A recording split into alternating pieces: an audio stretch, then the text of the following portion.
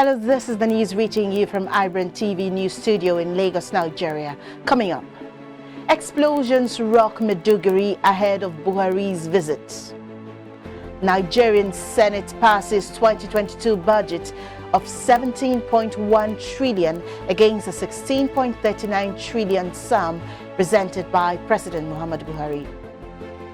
And the federal government declares Monday, Tuesday, and January 13 as Yuletide New Year holidays.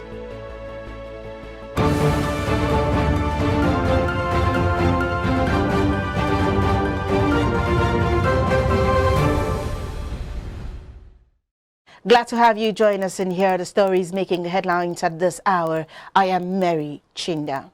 We begin the news now on security matters. At least 4 persons were killed on Thursday after 3 explosions rocked Maiduguri, the Borno State capital. The blast, which comes a few hours before President Muhammadu Buhari visits the state, left about 8 persons injured. Sources revealed that the explosion occurred in 3 different locations of Bulumketu, Ajilare Cross, and Ajayi. More reports say there were casualties recorded in Ayaje and Bulumketu. However, no information has been obtained at Ajilare. President Muhammadu Buhari, who is built to commission an edifice donated by Muhammad Indami to the University of Maiduguri. He is also expected to commission some projects executed by the government of the state. It is not clear at the time if the president's itinerary will be affected by the explosion. However, update reaching iBrand Studio says that the president has visited the place at the time of this news. And moving on now, former President Olusegun Obasanjo, Sultan of Sokoto Alhaji Mohammed Abubakar, President Christian Association of Nigeria Olusopo Ayokunle, Ààrẹ Ọ̀nà Kakanfò of Yoruba Land, Gani Adams, a founding member of the Arewa Consultative Forum, Alhaji Tanko Yakasa, and an Islamic cleric, Sheikh Ahmed Gumi, called on the federal government to immediately convene a national reconciliation conference to douse tension in the country. The leaders were joined by regional groups such as the Northern Elders Forum, Ohanaeze Ndigbo, the Middle Belt Forum, Afenifere, the Arewa Consultative Forum, and others. The stakeholders also called on the government to act sincerely as an unbiased arbiter to address the insecurity in the country headlong. The stakeholders made their position known in a joint communique titled Inclusive Security Dialogue, a meeting of select stakeholders to unbundle barriers, which was made available to journalists in Abuja on Wednesday. According to the communique, the dialogue was convened as a strategy to understand conflict dynamics in Nigeria. It was stated that expectations from the meeting were to have an increased understanding of the root causes of violence and conflict, an increased positive relationship between government and the various agitating groups. Still staying on national issues, the Senate President Ahmed Lawan has said the Senate will be consulting with the House of Representatives on how to respond to President Muhammadu Buhari's letter on Electoral Act Amendment Bill. iBrand's Ayiboje Ikora reports that the president of the Senate disclosed this after the upper chamber rose from a closed-door session to deliberate on the decision of President Muhammadu Buhari to withhold his assent to the amended Electoral Act. President of the Senate, Ahmed Lawan, said the provisions of the 1999 Constitution as amended does not permit the upper chamber of the National Assembly to exclusively take any action on such matters as the president withholding his assent on a bill already passed by the National Assembly in the absence of the House of Representatives since the latter has embarked on recess. Senator Lawan said a joint position will be reached with the House after due consultation with Nigerians to determine appropriate line of action when both chambers recovered from Christmas break in January. The Senate consequently resolved to consult with the House of Representatives in January when both the Senate and the House will be in session. Presently, the House of Reps has gone on recess.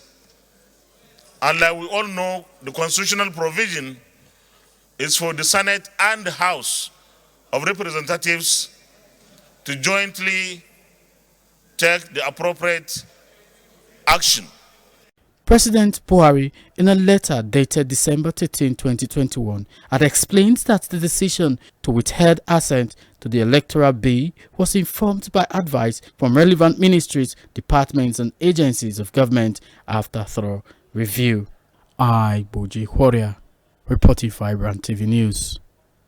And still staying on national issues, the Nigerian Senate has passed a 2022 budget of 17.1 trillion against a 16.39 trillion sum presented by President Muhammadu Buhari. The passage of the bill was sequel to a report laid on the floor of the Senate during Wednesday's plenary by Chairman Appropriation Committee, Senator Barrow Jinbring.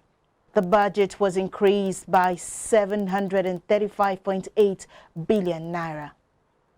A bill for an act to authorize the issue from the Consolidated Revenue Fund of the Federation the total sum of 17 trillion 126 billion 873 million 917,692 naira only, of which sum of 5 trillion 467 billion 403 million 959,863 naira only is for contribution to the Development Fund for Capital Expenditure for the year ending on the first day of December 2022.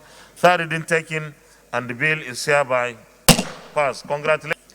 The committee recommends that the additional revenues discovered should be provided to the following agencies that forwarded their request for more funding for very critical projects: Works and Housing, Independent National Electoral Commission, INEC, for the 2023 general elections, Defense, and the National Population Commission, NPC, for the 2022 population census. The Oyo State Governor, Engineer Seyi Makinde, has signed the state's 249.7 billion naira 2022 appropriation bill into law and granted approval to the state's parliament to have financial autonomy. Makinde assented to the bill, christened the budget of growth and opportunities, alongside the autonomous bill that would pave the way for financial separation of powers between the executive, the legislature, and the judiciary. And for the opportunity you have given us to serve you. Those people come and say, your administration, your government, it is not my administration, it is not my government, it is our administration. I am only the chief servant. And just on the sideline of this, of the signing of this appropriation bill into law, we've also signed the autonomy law for the Oyo State House of Assembly. The Chief of Defense Staff, General Lucky Arabo, has hailed the Nigerian Armed Forces Resettlement Center, Oshodi, for training retiring personnel and in entrepreneurship. He spoke at a combined graduation passing out of senior and middle-level officers entrepreneurship and management course 04-2021 and servicemen course 03-2021. Irabo, who was represented by the Director of Logistics Defense Headquarters, Major General Julius Oni, said the center has done a lot of work to upgrade the training and boarding facilities. A member representing Irabo, Olorun Shongo, and Orelepe federal constituencies of Oyo State in the House of Representatives, Honorable Olumide Ojirinde has empowered about 300 persons of his constituents with different tools worth millions of naira. The mega empowerment program, which was held in Iboho Orelope local government area of the state, was one of the several intervention programs of the lawmaker to support his constituents and boost their economic growth. Among empowerment materials distributed include refrigerators, motorcycles, generators, which with Honorable Ojirinde saying his interventions had changed the social, economic and political narratives of the federal constituency. What we've done in the past is training and empowering people in different aspects of life, and we felt it was time to add value to people's life, either domestically or business-wise. At the first assignment as a legislature, in your legislative duty, have you been able to excel? After that, what did you do politically to influence, to impact? Look at the way people are happy. A freezer, a deep freezer, a generator, Okada. Maybe that's a turning point for another person in life. I am one of those that benefit from the good work of Honorable Olumide Ojirinde, also known as Olori. Well, I feel happy. I feel excited because it is not what I bought. It was given to me as a gift. So a normal person will be excited about this. Even boys,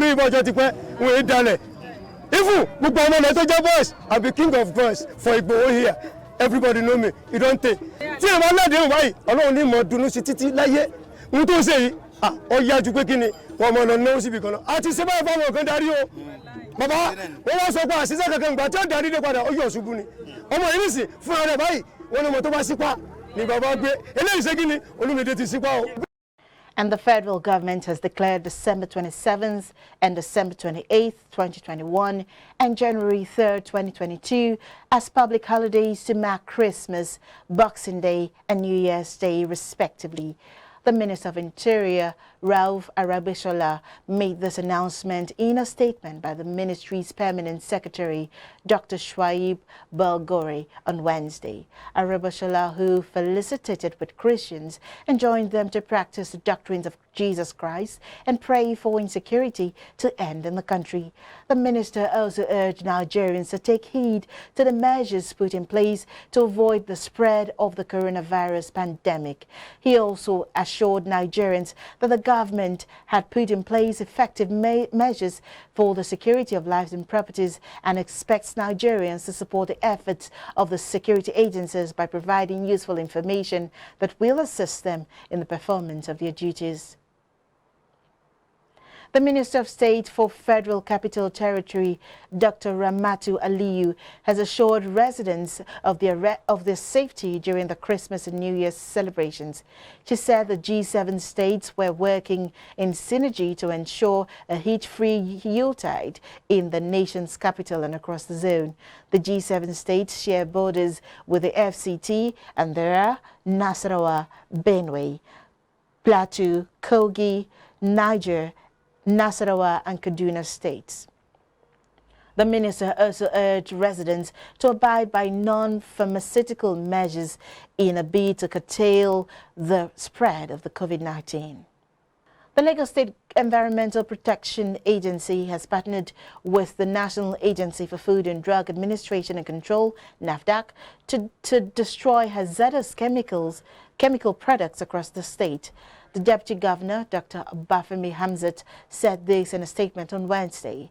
Obafemi, who was represented by the Commissioner for Environment and Water Resources, Mr. Tunji Bello, was quoted to have said this during the public neutralization of the drugs in Ikeja on Tuesday. He said, and I quote, "The collaboration between LASEPA and NAFDAC is a good initiative towards decongesting the environment of hazardous products. The Director General NAFDAC, Professor Mojisola Adeye, said NAFDAC found the LASEPA effluent treatment plant suitable for the proper destruction of these hazardous products, and this decision was made to ensure the products are safely destroyed without constituting hazards to the environment. Still ahead, Tunisian court sentences ex-president to prison in absentia. Details and more updates after this commercial break.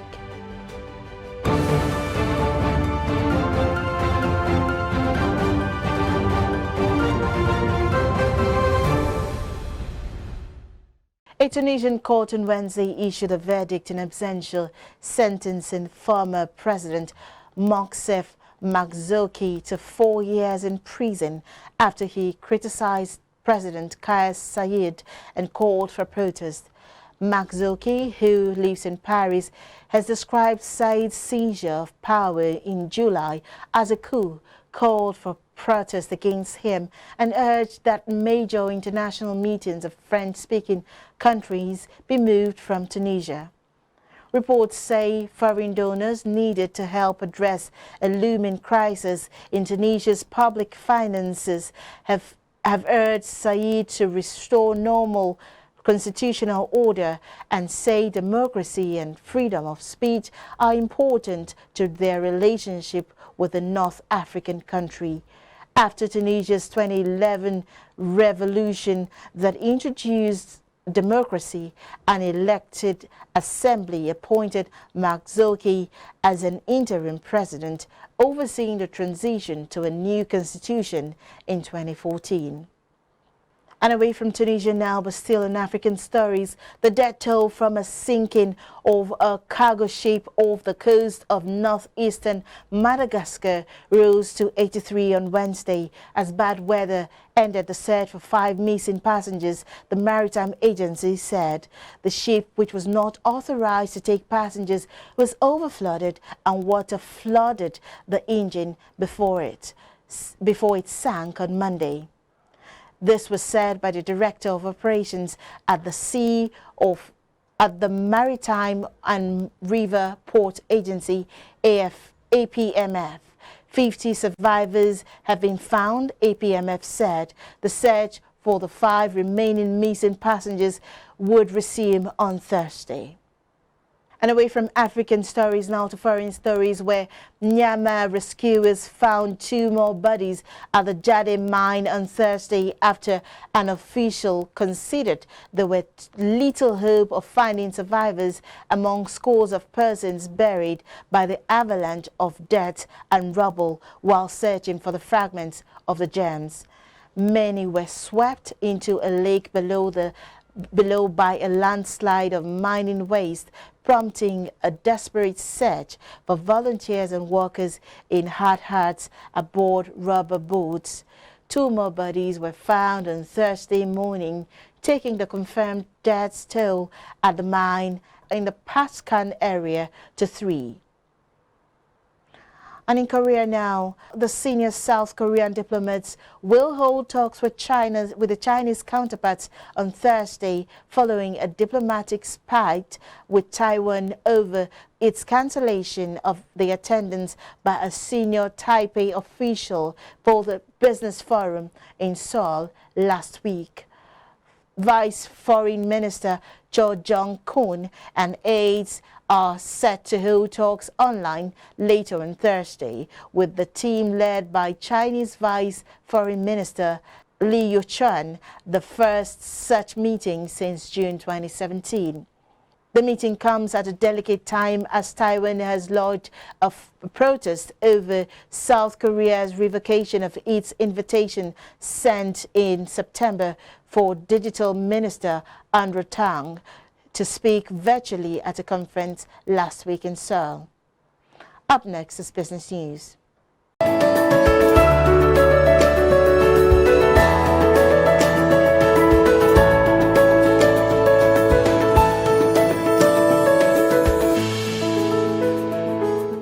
Hello and welcome to Business News. I am Omobolanle Adeshui, and these are the stories we're tracking at the moment. The federal government says it plans to introduce digital token comprising 16 alphabets and numbers to replace the current 11-digit national identity number effective January 2022. The government therefore plans to make illegal and a punishable offense any company or agency found verifying the 11-digit national identity number NIN. This was disclosed in a booklet by the National Identity Management Commission, NIMC, entitled, quote, Facts about NIN Tokenization, end of quote. According to the booklet, companies and agencies are allowed to only store and verify virtual NIN or digitoken, which is a set of 16 alphanumeric characters issued exclusively by an ID holder with NIN. It was disclosed that the NIN is non-transferable and expires after 72 hours. It was further revealed that minors could generate a virtual NIN from their parents' profile and the NIMC application. The Center for Promotion of Private Enterprise, CCPE, has said that the federal government's 17.1 trillion naira budget for next year will be difficult to fund, describing it as too ambitious. The Chief Executive Officer, CCPE, Dr. Muda Yusuf, said this on Wednesday at a press briefing in Lagos titled The Economy and Business Environment in 2021 and an Agenda for 2022. According to him, the 2022 budget is not reflective of the country's present economic reality and will further plunge Nigeria into more borrowing that will exacerbate an already alarming debt profile. He said even with the original budget, there will be a deficit of over 6 trillion naira, and even with that, many people expect that the deficit will even go higher than that, because every now and then we are being told that the government has a revenue problem. The Transmission Company of Nigeria, TCN, has said the effective reduction in the frequency of system disturbance and collapse resulted in an all-time national peak generation of 5,801.6 megawatts that was transmitted on March 1, 2021. The acting managing director, TCN, Sule Abdulaziz, disclosed this in his end-of-year message to stakeholders in the sector, which captured the performance of the company in 2021. He said the strategic management decisions that were taken in the course of the year had paid off and had enabled the TCN to complete several abandoned projects as well as upgrade and repair vandalized transmission lines and facilities. Abdulaziz said the decisions led to the installations of new transformers and substations, recalibration and reconfiguration of transmission lines, as well as transformer protection schemes. The National Directorate of Employment, NDE, Anambra State, has said solar energy remains the alternative to tackling the present challenges in the country's power sector. The state coordinator, NDE, Mrs. Chika Ufele, said this in Awka on Wednesday during a training workshop on solar power installation and maintenance organized for youth in the state. According to her, in Nigeria, where there is abundant sunshine and surplus manpower, solar energy becomes the obvious alternative to the present erratic power condition in the country. She said, quote, realizing the enormous demand for energy in the country and the potential of the sector for employment, the NDE sought for other means of energy production and therefore adopted renewable energy training as one of its strategies. She added that the 5-day training would equip the participants with skills on solar power installation and maintenance that would enable them become self-reliant and masters of their own businesses.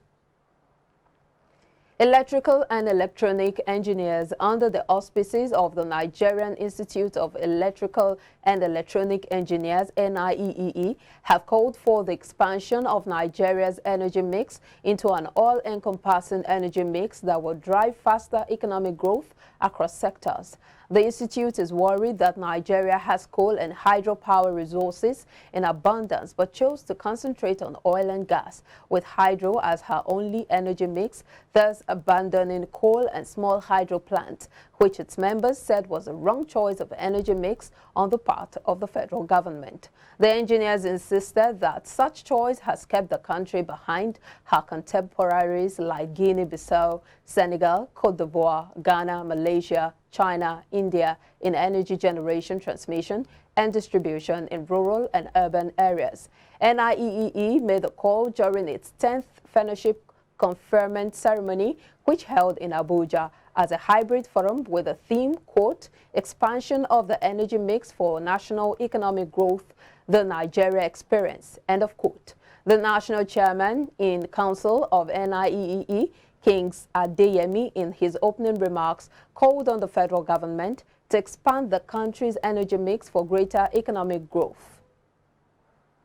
And moving on now to the foreign scene, Germany's Christmas markets are a huge draw for international tourists, with the country's major cities hosting some of Christian-kind mark of festive markets selling Christmas gifts, as well as food and drink from late November to early January. For the second year in a row, however, the COVID-19 pandemic has posed a challenge to city officials in Germany. Several states have again called off their large Christmas markets against a backdrop of surging COVID cases across the country. Those that have decided to remain open are operating under more restrictions and have implemented strict entry rules for visitors who must show their vaccination status or that they have recently recovered from COVID-19. These restrictions are known as 2G rules, as they refer to people who are vaccinated, German, or recovered. And that's it from the business desk. Men, thanks for watching. I am Omobolanle Adeshui. Bye for now.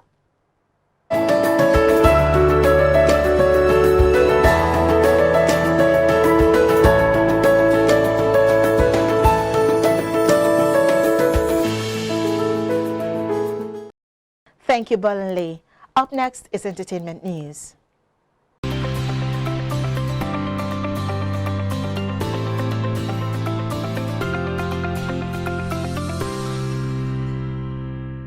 Hello and welcome to Entertainment News. I am Choma Amaibulam. James Franco admits sleeping with students, says he had sex addiction. Oscar-nominated actor James Franco has acknowledged sleeping with students of an acting school he previously ran, saying he struggled with a sex addiction and has been working to improve his behavior in recent years. In excerpts from the Jessica Go podcast made public on Wednesday, Franco said that while teaching, he did sleep with students and that was wrong. He said he did not start the school to lure women for sexual purposes. Quote, I suppose at the time my thinking was if it's consensual, okay, end of quote. He added in his Cyrus XM podcast.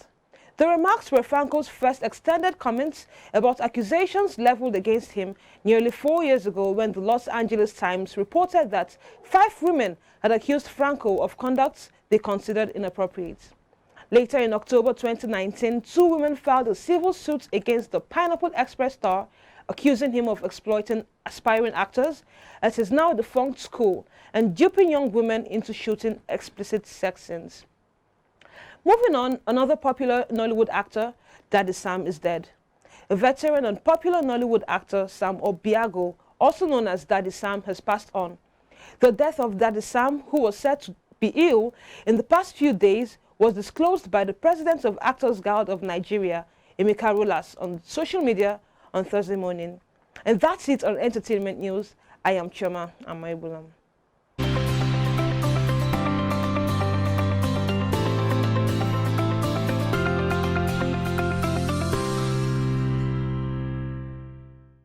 Thank you, Choma. Up next is sports news.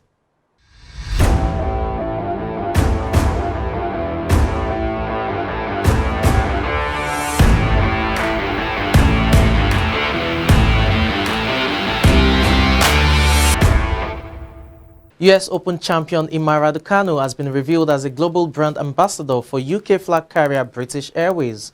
As part of the deal, British Airways will continue to fly Raducanu to tournaments and training around the world, including next year's French Open and US Open. Raducanu's first partnership with a British brand follows recent commercial deals with US jewelry company Tiffany's and French fashion label Dior, both of which are reportedly worth £2 million.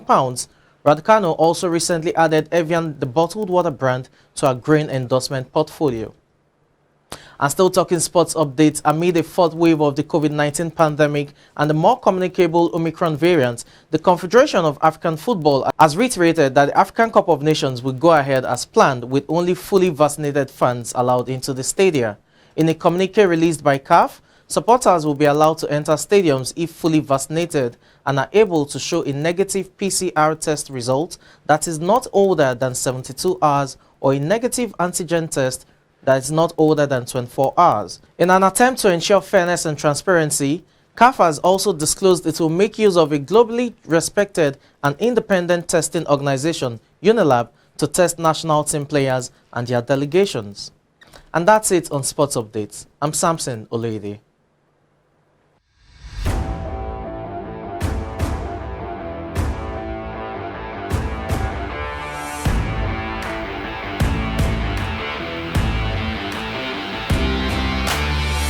Thank you, Samsung. Now, this has been a wrap-up on iBrand's news at this hour. Do well to follow us on all of our social media platforms across Instagram, Facebook, and, of course, YouTube. Thank you, and happy Christmas in advance.